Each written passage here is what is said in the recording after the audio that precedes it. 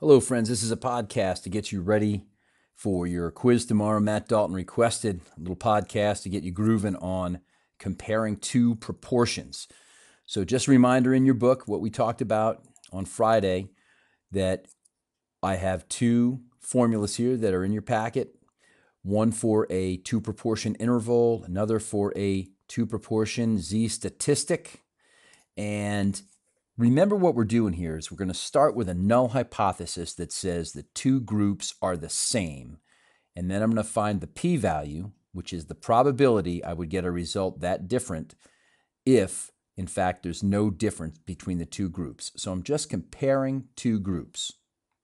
I think the easiest way to go here is to go through this example. So starting on page 814 in your book, we're talking about cholesterol and heart attacks. Again, we have a placebo group and we have a treatment group, and we have a p hat 1, which is the proportion of men with the treatment that had a heart attack in the allotted time period.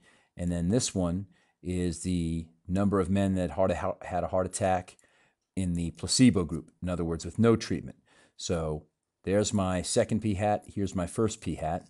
So I'm going to start with the assumption that there is no difference between the treatment group and the placebo group. So this is the core idea.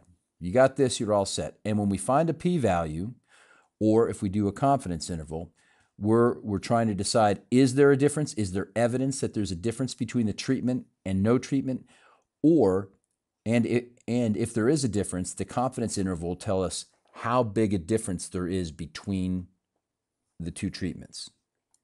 And we know that in order to do any of these procedures, either a two proportion Z confidence interval or a two proportion Z test, I need to make sure the conditions are in order.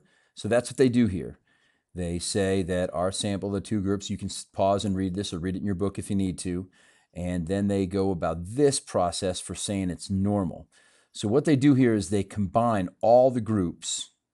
Okay, so they combine all the heart attacks and all the patients in the placebo group and the treatment group, and they get this one p hat for the combined total.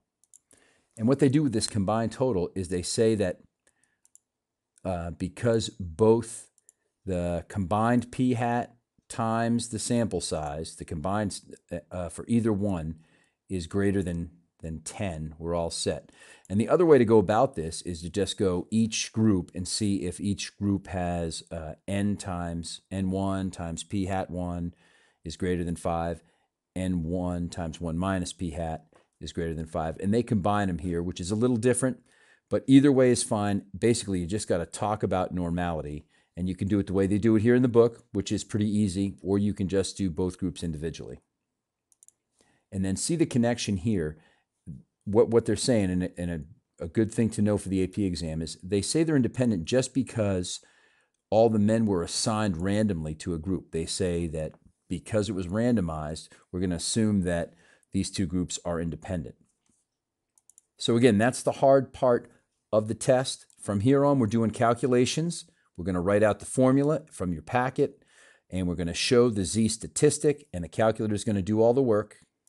So here it is. I've put in my X1, my N1, my X2, my N2, my alternative hypothesis. I suspect that there's a smaller percentage of people having a heart attack if they took the medicine than those that took the placebo. So I hit enter here, and there it is. Notice the same Z statistic and p-value that they got in the problem, and you can look in the book and read the interpretation.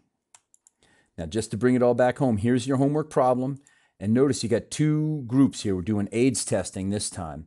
So we've got numbers of subjects, we've got how many volunteers there were total, and we've got numbers of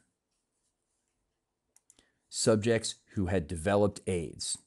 So you're going to set up a two proportion test and find a statistic and a p-value, and we'll see you tomorrow.